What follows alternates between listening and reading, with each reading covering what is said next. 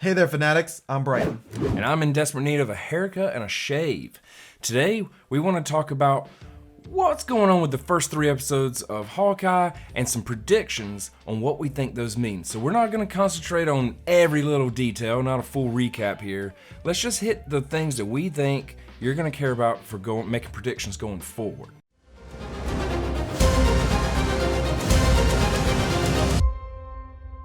Let's start in the first episode where we have the watch being stolen. Now, I knew that number on the little tag had to mean something. My assumption would be that Kingpin wanted the watch since the Tracksuit Mafia works for him and he collects watches. So I looked at comics released in February '68 because the number was 268. And since I knew Kingpin debuted in the 60s, I thought I would find some correlation there. Now, comics that were released in February of '68 included a Daredevil issue that I thought could mean something, but nah. And then I started looking at all issues with issue 268, and I found the Avengers issue where Kang is manipulating time. Now, a watch hints at time, and since Tony invented time travel in the MCU and would have wanted to hide his data somewhere, it could have been put into that watch. Yep. Don't you think? I mean, very valid. He would have wanted to hide it. He wouldn't have just left it in the cabin, whatever. And it's not the first time we've seen him put high-tech thing in very simple things like right. Edith and the glasses. Glasses, yeah. I mean, he's done this before. And he would have needed a way to get it from the cabin in the woods all the way up to Avengers compound. So yeah, having it in a watch kind of fits along with what Tony would do. And while I don't predict seeing Kang in this show, it just is interesting because now we know Kang is the big bad out there, so we're looking at these hints, and I think that really could be something. Yeah. But I did tell you, I'm still not convinced. It could be that, but you actually then looked at Daredevil 268 and found something interesting. Yeah, it's really interesting because the plot of Daredevil 268 is that Matt stops in for the night at a bed and breakfast and ends up helping the owner get out of his own problem of being under his brother's illegal business. Right. This could be a bit of a stretch. Could be more of a reference to the series as a whole. You have Hawkeye, a vigilante, much like Daredevil, who comes to New York on vacation, only to help Kate Bishop get out from underneath some illegal businesses, i.e. from Jack, her father, or her own mother. So possibly could be a simple nod to that. Now, like I said, it is a bit of a stretch. But yeah, but it definitely does seem like they're setting up Eleanor Bishop to be maybe Madame Masque. Mm-hmm. She's gonna be something. Like there's something going on there. Now, this is one that I'm having trouble making predictions for. They casted a brilliant actress that in that role, I just don't see her being cast just to play mom. Yeah. You know, that's a big pull for just a little mom in the show. And she's going to be connected somehow to underground crime. But to what degree is what I'm struggling with making predictions. Now, obviously, she's really in some deep shit. Because she's arguing with Amon the Third in the first episode. Yep. And we can't really quite hear what they're saying, but she does say something about, I know powerful people, and he says, I know powerful people too. Yep. So maybe she's trying to get out of the game of the crime game kind of thing. Maybe Kingpin doesn't really want her to leave, but now that she's a successful businesswoman, she really wants to get on that straight and narrow kind of path. That would definitely work. But she could be even going the other way. She could be rising even higher in the mafia, causing problems between her and Armand. Maybe she's gotten really close with Kingpin and was the one who killed Armand. It seemed like they really wanted us to think it was Jack. Like, that's TV trickery 101. We do get the Kingpin hand, though, in the 3rd episode at the 5:15 mark. So and how awesome that was. I know you really been wanting Kingpin. Yeah.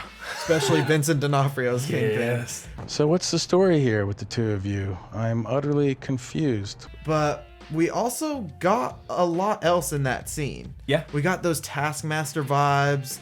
Now, I mentioned this in her character breakdown video that I released last week. We're gonna put a little link up in this video right here, and where you could check that if you want. But yeah, we get to see Maya kind of learning and memorizing every possible movement she watches.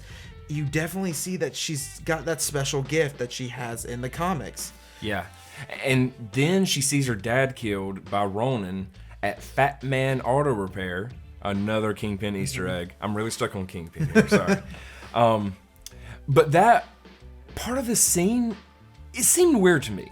And I don't mean the whole scene. It was a good scene, but there was weird things about it. Like, I know Clint Barton was in a tough spot at this point, but when I see him just stabbing the guy who was at least a low-level henchman in 2007, because in that flashback of her as a child, we see him wearing a tracksuit. Yeah. So he wasn't like high up in the mafia. So in this scene, we're expected to believe that Clint Barton just stabs this low-level henchman and rolls out the window. It just, I don't know. I don't see Clint Barton's character at any point making that stab and then being so awkward and almost cowardly.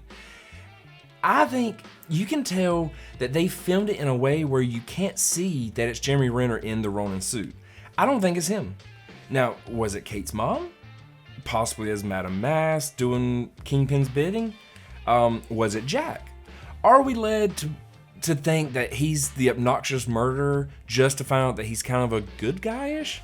There's a lot going on here. And in the comics, Jack is the swordsman, and he was back and forth between that good guy and bad guy. So we definitely know he has those skills. Like, he has those sword skills in Hawkeye. We've seen it. He's very clearly a sword lover. So he would have the skills with a sword to not only be the swordsman, but to be Ronin. Exactly. And this could be the MCU's take on Swordsman being Hawkeye's mentor. Now, instead of going with where the comics went, where he mentors a young Clint Barton, the MCU version could be that he mentored a post-snap Clint Barton. He did swap the bow and arrow for the sword during his Ronin days. Was that inspiration passed on from the swordsman? We're going to find out in the next episode, because this one ended with them meeting.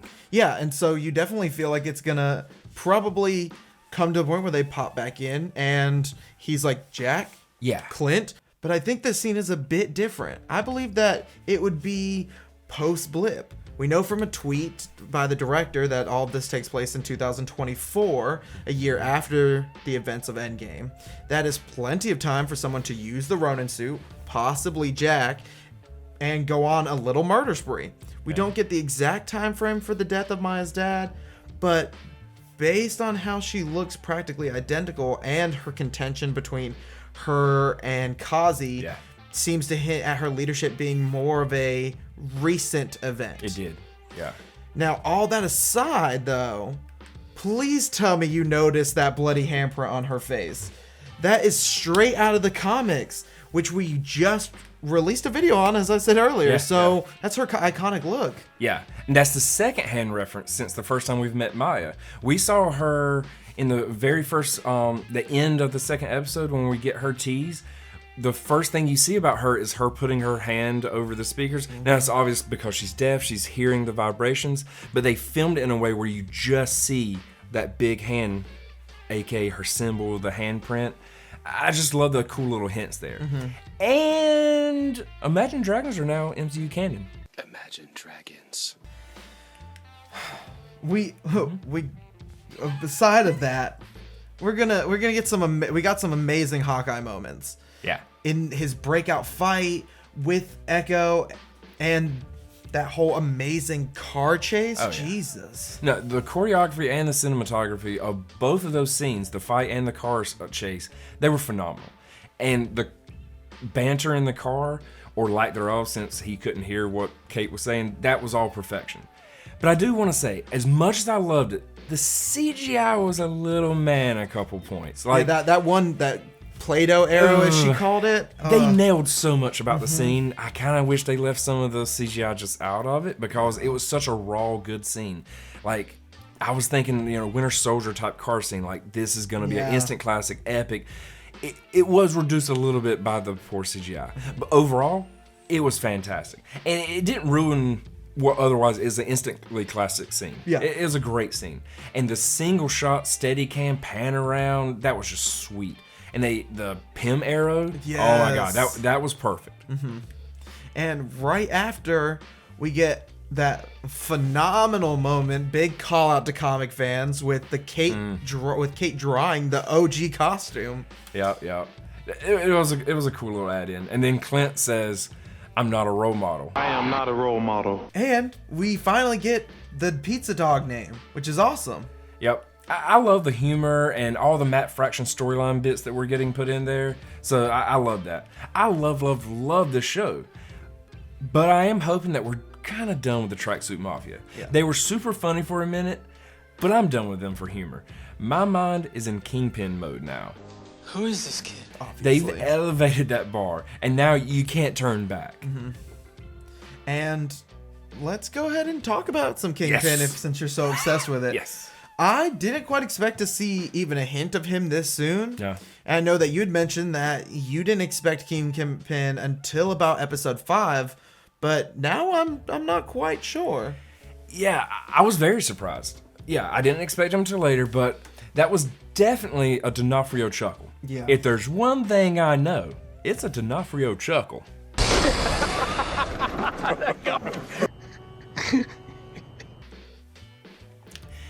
Now, since Netflix isn't technically canon in the MCU, but they're using the same actor, are we seeing a Kingpin story starting over? A different Kingpin, but still Vincent D'Onofrio? Kinda?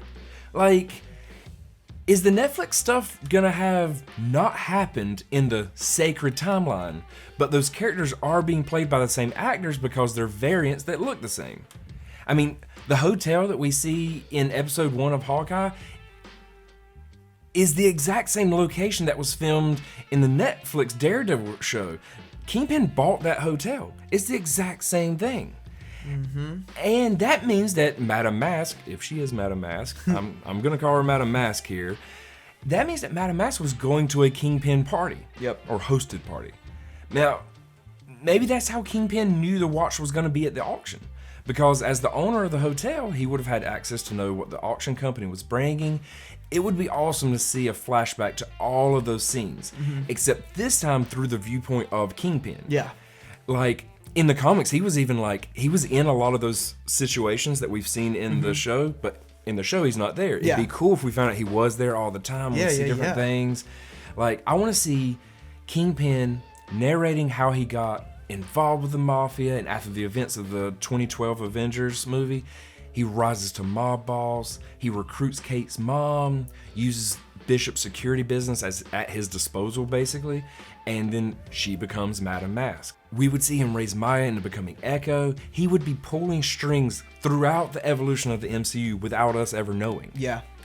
That would be quite phenomenal to watch. And it just makes sense. It fits Kingpin's character entirely, because he does a lot of the times play that from the shadows type character. So it would be awesome to have that moment where like half of episode 5 is just him divulging like, oh, I've been here the whole time. Yeah, I want the same demeanor that we got from Netflix, except in here I want him bigger, which we've had some leaks Balder.